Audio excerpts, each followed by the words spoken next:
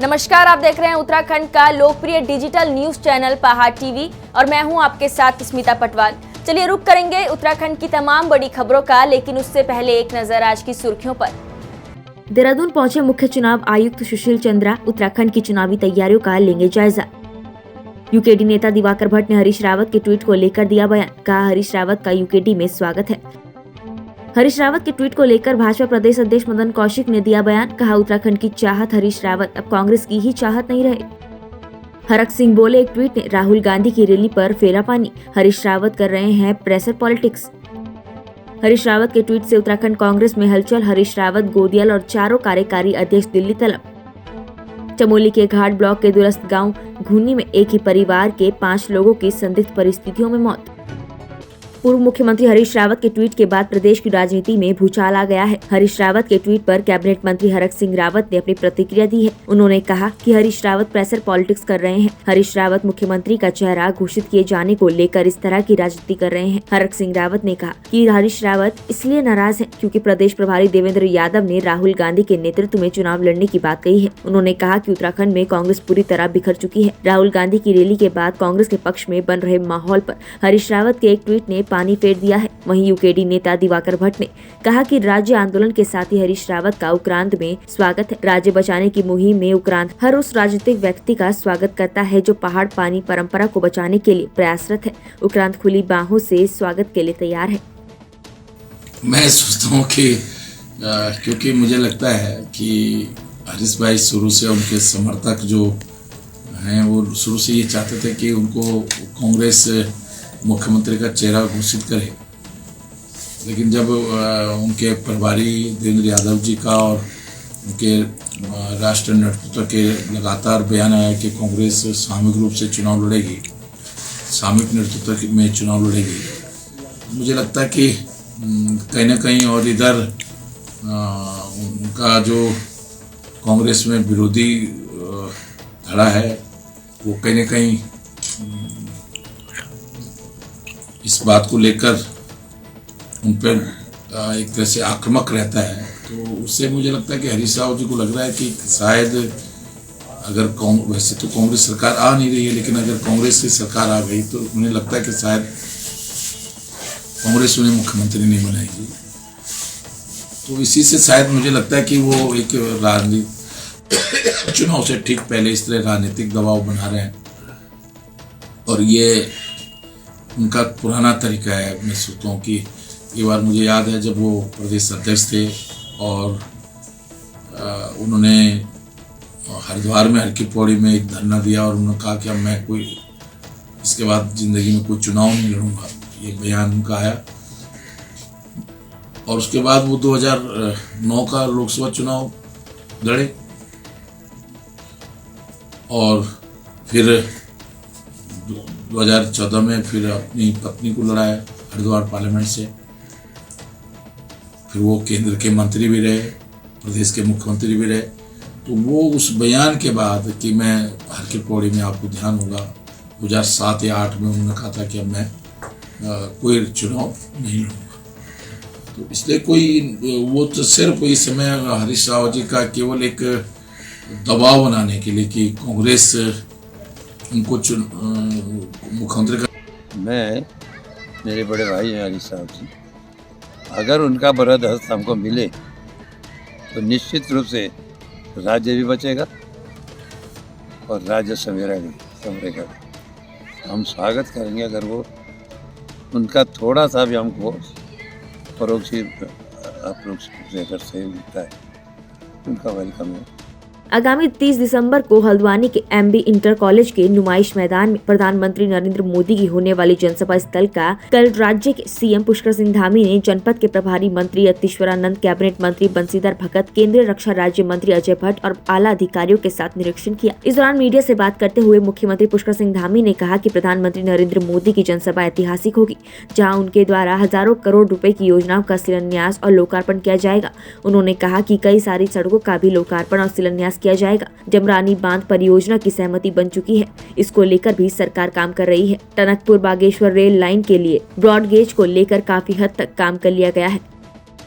5 सालों में 2017 से लेकर 2021 के अंत तक अभी तक 1 लाख करोड़ योजनाओं की यहाँ पर अभी तक स्वीकृति हो चुकी है। अभी देहरादून में 18,000 की योजनाओं का शिलान्यास और लोकार्पण हुआ था। हल्द्वानी में भी लगभग हजारों करोड़ की योजनाएं जो हमारी यहाँ पर तैयार हो रही हैं। बहुत सारी योजनाएं जिनका लोकार्पण और शिलान्यास दोनों होना है। जमरानी बात की ऑलरेडी सैद्धांतिक सहमति पहले ही बन चुकी है, क्योंकि वो हमारा नाबार्ड पोषित योजना है और उस योजना वो प्रक्रिया के अंतर्गत है, उसकी सैद्धांतिक स्वीकृति हो चुकी है। अभी देखते हैं उसमें जैसा भी होगा नाबार्ड के लोगों के द्वारा जो बात करने के बाद। लेकिन उसके अलावा बहुत सारी योजनाएं हैं, सड़कों की योजनाएं हैं, अन्य योजनाएं हैं, उन सभी का माननीय प्रधानमंत्री जी के द्वारा लोकार्पण किया जाएगा। मैं सभी का आह्वान करता हूं कि सब लोग आएं। टनकपुर बागेश्वर रेल लाइन की स्वीकृति हमको ब्रॉड गेज में, टनकपुर बागेश्वर रेल लाइन की स्वीकृति हमको ब्रॉड गेज के लिए जो है, पहले नैरो गेज में उसका सर्वे होने की पहले बात चल रही थी, लेकिन इस समय में हमने माननीय प्रधानमंत्री जी से अनुरोध किया था कि उसको जो है ब्रॉड गेज सर्वे की अनुमति प्रदान कर दी जाए। उसके लिए 29 करोड़ रुपए की धनराशि उनकी जारी हो चुकी है और जल्दी ही टनकपुर बागेश्वर जो रेल लाइन परियोजना है वो धरातल पर उतरेगी। 30 तारीख को हल्द्वानी के अंदर आ रहे हैं। उनकी व्यवस्थाओं को देखने के लिए आज माननीय मुख्यमंत्री जी आज यहाँ आए थे। उन्होंने सब प्रकार की व्यवस्थाओं का निरीक्षण किया है, अधिकारियों को दिशा निर्देश भी दिए हैं। भारतीय जनता पार्टी ने 30 तारीख को होने वाली नरेंद्र मोदी जी की जनसभा के लिए अपनी तैयारियां प्रारंभ कर दी है। आम जनता में मोदी जी को लेकर भारी उत्साह है और हल्द्वानी के नागरिकों में मोदी जी का स्वागत करने की उत्सुकता है। और 30 तारीख को होने वाली मोदी जी की जनसभा बहुत ही ऐतिहासिक जनसभा होगी। हम सबका ये सौभाग्य कि मोदी जी हजारों करोड़ की सौगातें भी हम सबको देने वाले हैं। स्वयं रैली स्थल पर आए हैं और पूरी रैली ऐतिहासिक होगी, उस पर डायरेक्ट माननीय मुख्यमंत्री जी देख रहे हैं जी के साथ जाना है और हमारा पूरा संगठन इसमें लग गया जी। ऐतिहासिक रैली माननीय मोदी जी की हल्द्वानी के अंदर। घाट ब्लॉक के दूरस्थ गांव घूनी में एक ही परिवार के 5 लोगों की संदिग्ध परिस्थितियों में मौत का मामला सामने आया है।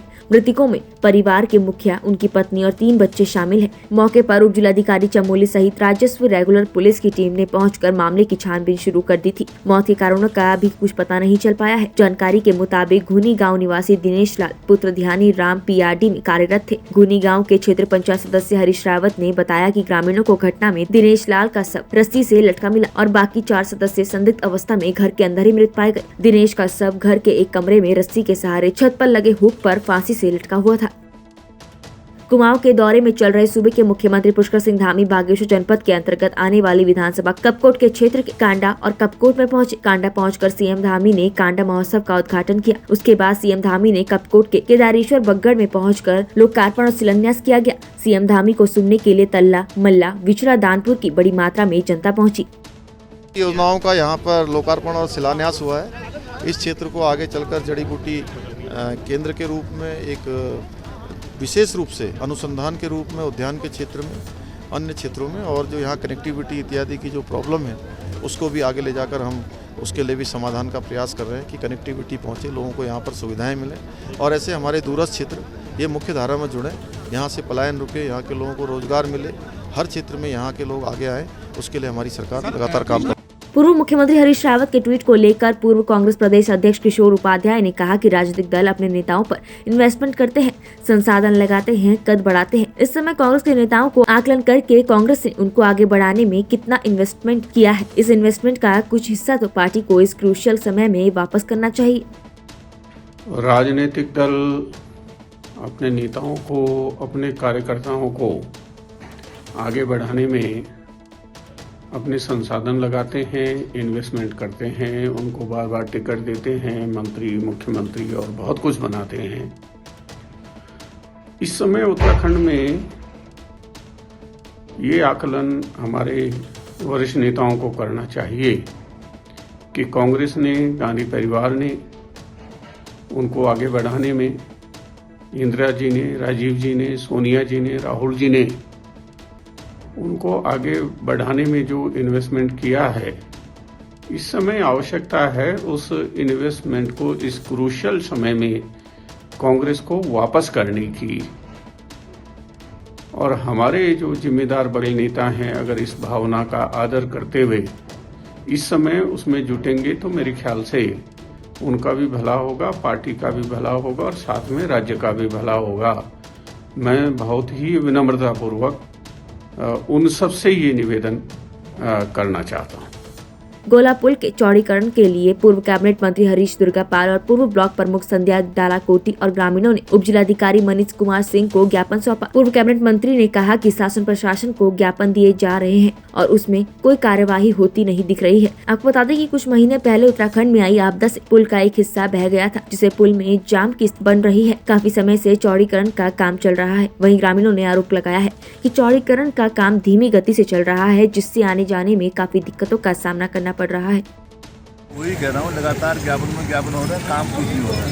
ये लगभग 1.5-2 महीने हो गए ये पुल अपनी जगह पर यथास्थित है, इतना फोड़ा, इसके बाद की चौड़ाई अपने जगह पर अभी बनी हुई है, नहीं किया काम। तो ये मतलब सरकार का काम करने का जो सिस्टम है वो सामने नजर आ रहा है। तो हमारी डिमांड ये है कि काम में मतलब खाली ज्ञापन से काम नहीं होता, काम में तेजी आनी चाहिए, पुल जल्द से तैयार हो। आपदा के समय में क्षतिग्रस्त हो गया था, इसके अप्रोच रोड जो है टूट गई थी, उसको तय समय के अंदर सही कर दिया गया है। गाड़ियाँ आ रही हैं, लेकिन अभी भी जितना चौड़ा ये होना चाहिए था उतना नहीं हो पाया है, क्योंकि नीचे से भी बेस वर्क होना है। तो गोलापार के जो निवासी हैं, इनका मांग है कि इस पुल को जल्दी से जल्दी पूर्व की स्थिति में लाया जाए और ट्रैफिक पहले की बात किया जाए। बागेश्वर जिला अंधता निवारण समिति बागेश्वर के तत्वाधान में सवेरा कल्याण समिति हल्द्वानी द्वारा सामुदायिक स्वास्थ्य केंद्र बैजनाथ में विशाल निःशुल्क नेत्र शिविर का आयोजन किया गया, जिसमें कि क्षेत्र के सभी बुजुर्गों और महिलाओं का नेत्र परीक्षण किया जा रहा है। तत्पश्चात जिला अस्पताल बागेश्वर में ऑपरेशन के लिए चयनित हुए नेत्र रोगियों का ऑपरेशन किया जाएगा। सवेरा कल्याण समिति द्वारा हल्द्वानी जिला नैनीताल के द्वारा एक विशाल नेत्र शिविर का हम लोग आयोजन कर रहे हैं, जो कि पूरी तरह से आपका इसमें कोई भी ना कहीं आपके रसीद का कोई आपको देना है, ना ही किसी ऑपरेशन का और ना ही किसी चीज़ का। और एक बहुत विशाल नेत्र शिविर हम लोग यहाँ पे आयोजित कर रहे हैं, जिसमें कि आपके मोतियाबिंद के ऑपरेशन होने हैं। जो भी मरीजों को यहाँ पे सेलेक्ट किया जाएगा ऑपरेशन के लिए डॉक्टरों द्वारा, उनका यहाँ पे निःशुल्क जो है ऑपरेशन किया जाएगा। और ये जो हमारा शिविर है, इससे आज से हम लोग यहाँ पे शुरू करने जा रहे हैं, जिसमें आज मरीजों को निकाला जाएगा। जो भी मोतियाबिंद के मरीज हैं उनको सिलेक्ट किया जाएगा और ऑपरेशन जो है वो 24, 26 और 27 को यहाँ पे होने हैं। इन 3 दिनों में मरीजों को सिलेक्ट करके अलग अलग बैचों में इनको बना के ऑपरेशन जो है वो बागेश्वर किए जाएंगे। यहाँ पे सिर्फ स्कैनिंग करके उनको सिलेक्ट किया जाएगा। और ऐसा नहीं है कि सिर्फ इन्हीं 3 दिनों में ऑपरेशन होने हैं, इसके बाद भी अगर यहाँ पे मरीज हमारे रहे कि जिनका ऑपरेशन होना है, तो उनको भी आगे अगले हफ्तों में उनका भी किया जाएगा। ऐसा नहीं कि सिर्फ इन 3 दिनों के बाद ये बंद कर दिया जाएगा, ये आगे भी ऐसे ही कंटिन्यू रहेगा और जो भी मरीज सेलेक्ट होंगे उनका आगे ऐसे ही ऑपरेशन होते रहेंगे। तो इसलिए मेरी इस प्रदेश जो हमारी इस ज़िले के जो लोग हैं, इस बैजनाथ से या गरुड़ से क्षेत्र से, बागेश्वर से जो भी हमारे लोग हैं, उनसे मेरी विनती है कि वो जो लोग यहाँ पे आए हुए हैं वो तो इस सुविधा का लाभ ले ही, साथ में जो आपके दूरस्थ जो आपके क्षेत्र जहाँ पे आपके कोई ऐसे परिचित हैं जिनका होना है, तो प्लीज़ दूरभाष द्वारा या फ़ोन के माध्यम से जैसे भी आप लोग करना चाहें उनको ज़रूर सूचित करें, क्योंकि आपके इतने नज़दीक क्षेत्र में यहाँ पे हम लोग आके इस सुविधा को आप लोगों को दे रहे हैं, तो उसका आप लोग पूरी तरीके से इसका लाभ उठाएं। और मेरी विनती है यहाँ के जनप्रतिनिधियों से कि वो ज़रूर इस सुविधा को लोगों तक पहुँचाएं कि इस तरीके के इस कार्यक्रम का यहाँ पे इतने ये आयोजन हो रहा है। और ये अभी ऐसा नहीं है कि सिर्फ 3 दिन के लिए है, जैसा कि मैंने पहले बताया, ये 3 दिन हमने डिसाइड कर रहे हैं, 24, 26 और 27 ऑपरेशन होने के लिए। लेकिन इसके बाद भी हमारे पास अगर पेशेंट रहे और आते रहे लोग, तो ये आगे ऐसे कंटिन्यू चलता रहेगा और ऑपरेशन सबके होंगे। कोई किसी भी सिंगल व्यक्ति को छोड़ा नहीं जाएगा कि अब समय ख़त्म हो गया और आपका नहीं होगा, सबके ऑपरेशन होंगे।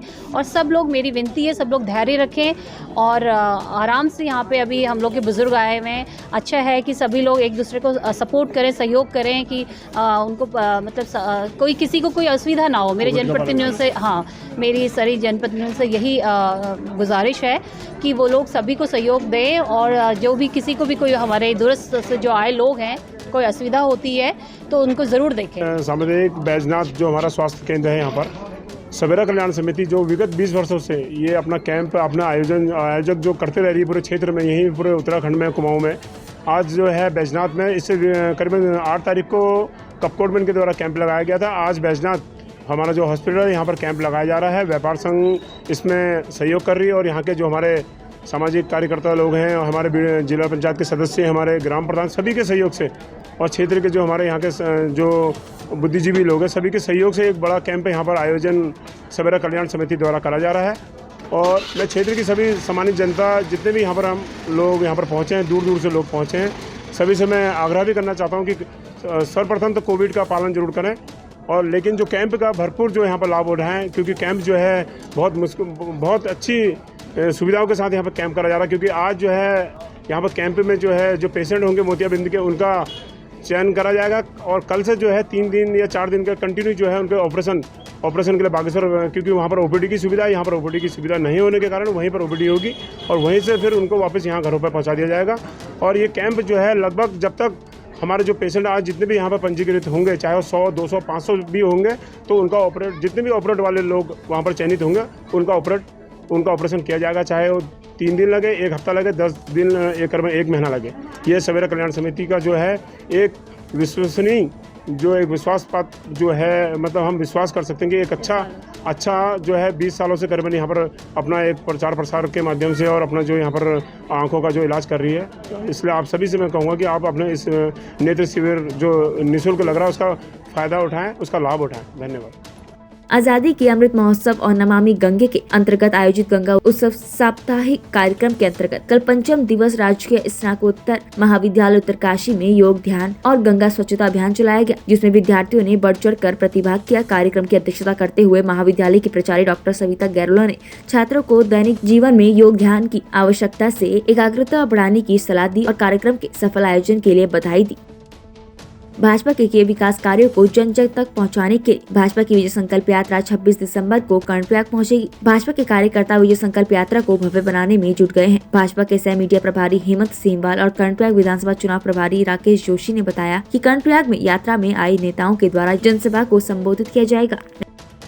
भाजपा सरकार, उत्तराखंड भाजपा सरकार ने जो विकास कार्य किए हैं, उन विकास कार्यों के लिए सरकार ने और हमारे संगठन ने प्रत्येक विधानसभाओं में विजय संकल्प रैली निकालने का एक आह्वान किया है और जन जन तक अपनी विकास योजनाओं को पहुंचाने के लिए जो है हर विधानसभा में विजय संकल्प रैली जाएगी और वहां के जितने भी कार्यकर्ता हैं, जितने भी वहां के लोग हैं, उन तक जो है विकास कार्यों की जो हमारी उपलब्धियां हैं वो जन जन तक पहुंचाने के लिए हम लोग विजय संकल्प रैली निकाल रहे हैं। और इसका भव्य शुरुआत जो है हरिद्वार से हो चुकी है माननीय राष्ट्रीय अध्यक्ष जी के द्वारा, और इस रैली का जो है 25 तारीख को इसका आगमन कर्णप्रयाग में होना है।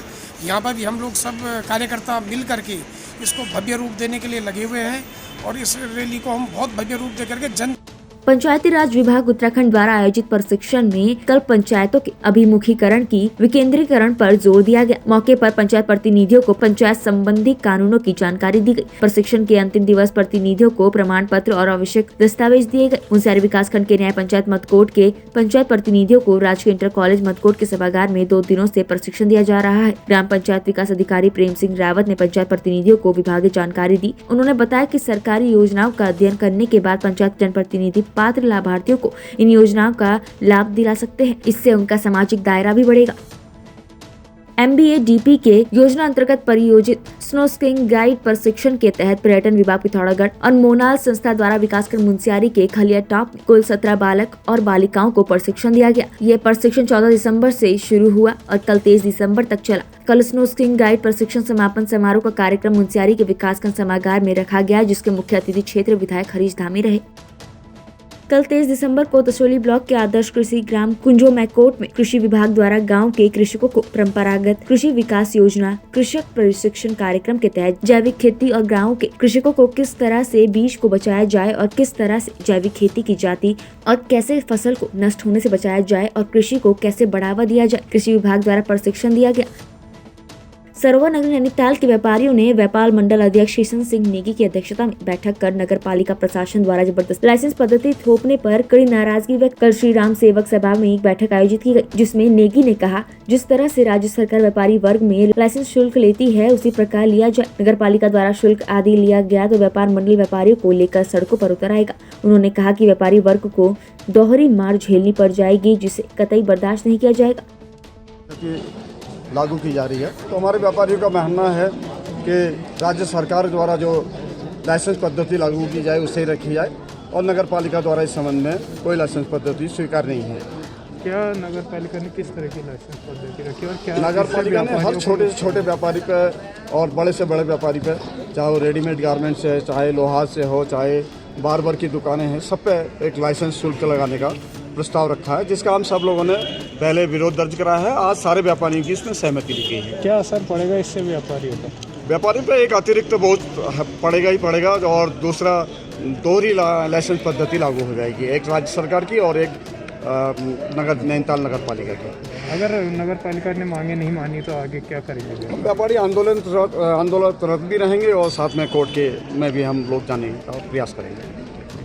गुरुवार को क्षेत्र पंचायत जौनपुर थत्यूड़ की बीडीसी बैठक ब्लॉक प्रमुख सीता रावत की अध्यक्षता में आयोजित की गई। बैठक में लोक निर्माण विभाग, शिक्षा विभाग और स्वास्थ्य के मुद्दे छाए रहने के साथ लोनिवी के सक्षम अधिकारी उपस्थित न होने पर सदन द्वारा निंदा प्रस्ताव पारित किया गया। क्षेत्र पंचायत बैठक में पिछली कार्यवाही में उठाए गए मुद्दों का स्थायी समाधान नहीं होने का मामला उठाया गया। क्षेत्र पंचायत सदस्य सुरेश चौहान ने 10 जुलाई क्षेत्र के डूंडा रोड, पिड़ोगी रोड काश्तकारों को मुआवजा न मिलने और सड़क पर जगह जगह मलबा पड़े होने का मामला उठाया। क्षेत्र पंचायत सदस्य विनोद रावत ने ढाणा लगड़ासू से मोटर मार्ग में भीमल की चलौठी बस्ती के लोगों को 4 साल से मुआवजा नहीं मिलने का मामला उठाया। क्षेत्र पंचायत सदस्य कांडा जाख पूनम ने थत्यूड़ कैंपटी सड़क में कोटी मवाना के काश्तकारों को मुआवजा नहीं मिलने का मामला उठाया। बैठक में जिले के सक्षम अधिकारी नहीं आने के कारण सदन की बैठक में जनप्रतिनिधियों ने भारी हंगामा किया। जी आज यहाँ पे जौनपुर विकासखंड में बीडीसी का आयोजन किया गया था, जिसमें बीडीसी से पूर्व मान्य सदस्यगणों द्वारा ये अवगत कराया गया कि कई सक्षम अधिकारी उपस्थित नहीं हैं।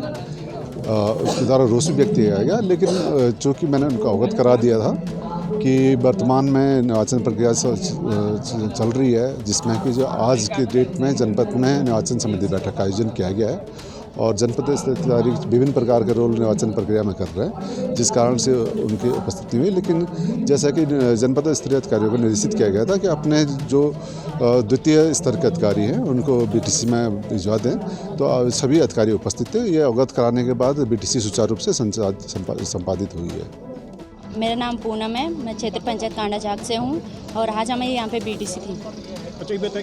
हमने यहाँ पे आज हमारी बीडीसी थी, तो यहाँ पे पहले तो पीडब्ल्यूडी का उसमें हमने क्वेश्चन किया था, और पीडब्ल्यूडी में जब क्वेश्चन करते हैं तो उनका जब कोई भी अधिकारी उनसे क्वेश्चन करते हैं तो उसका ढंग से जवाब देना नहीं आता है उनका। और जब हम बोलते हैं कि इसका क्या होगा, तो सक्षम अधिकारी ना होने के कारण यहाँ पे हम वो ढंग से उनका रिप्लाई भी नहीं कर पाते हैं, तो इसमें बीडीसी का फिर हम बहिष्कारी करेंगे। जो पिछली बीडीसी हुई थी हमारी, उसमें भी हमने यही क्वेश्चन किए थे, तो उसमें ना तो उन्होंने कोई कार्रवाई करी और ना ही कुछ, और इस बार भी हमें यही क्वेश्चन करने पड़े, तो ये बड़ी शर्मिंदगी की बात है हमारे लिए।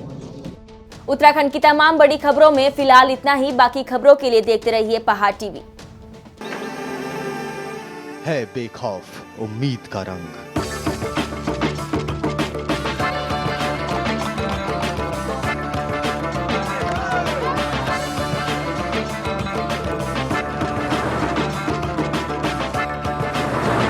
है आस्था भी।